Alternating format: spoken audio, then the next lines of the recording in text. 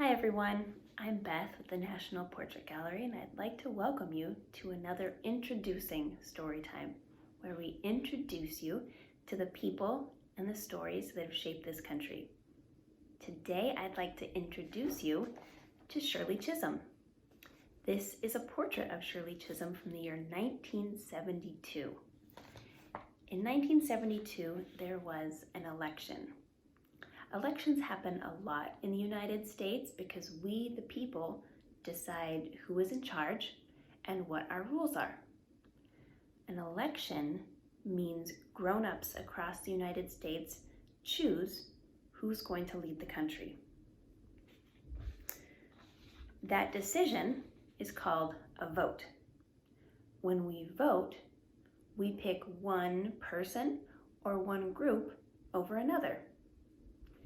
In 1972, Shirley Chisholm wanted people to vote for her to be president.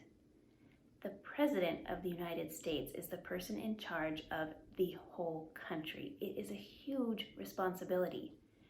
Shirley Chisholm was the first person to run for president who was a woman and the first person who was African American. It was hard for her because a lot of people told her that she was not good enough or not smart enough to be a leader.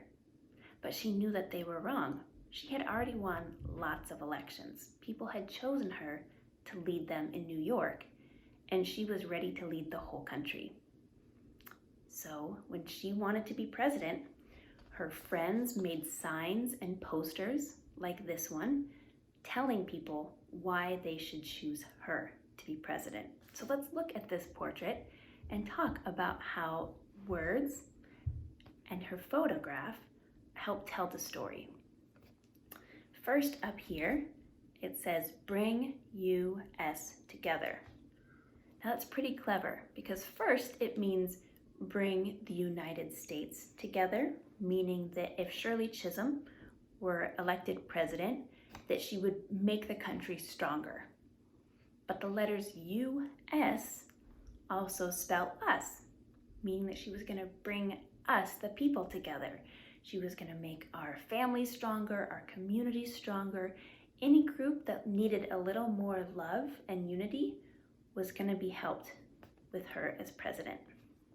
And below that top line, we see her portrait. What do you notice about this portrait of Shirley Chisholm? Looks like she's sitting at a table. She has her mouth open a little bit, like the person who took this photograph snapped it just as she was saying something or teaching something. And her eyes are focused on what's across the table from her, maybe the people who are listening to her. Her hands are open and raised, like she's emphasizing a point. What might she be saying if we could hear her in this moment? She might be saying, we need to help people. Or she might be saying, I have a plan. How would you describe her in this portrait? When I see this image, I see a woman who is bold, who speaks her mind, and then when she has something to say, people listen. Just below her image are the words, "Vote Chisholm 1972. Now, voting is an important responsibility.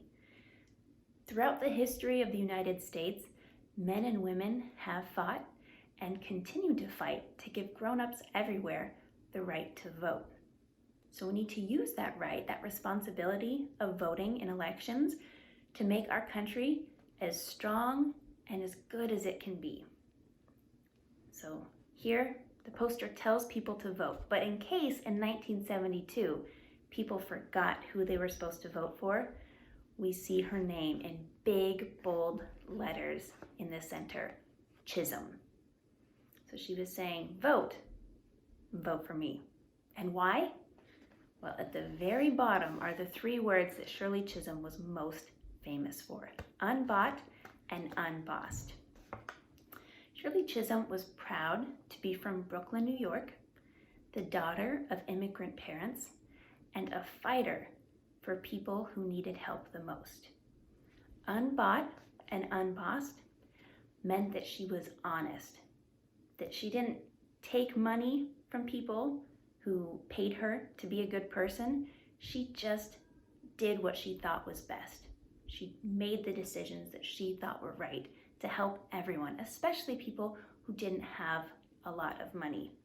In fact, she said, "I have no intention of just sitting quietly and observing." When people voted for Shirley Chisholm, they voted someone who's going to fight for them to help their lives be better. So if you saw this portrait or this poster in 1972, would you vote for Shirley Chisholm?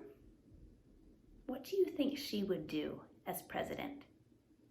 What would you do as president? I hope that you learn more about her. There's so much more to her story than what we've talked about.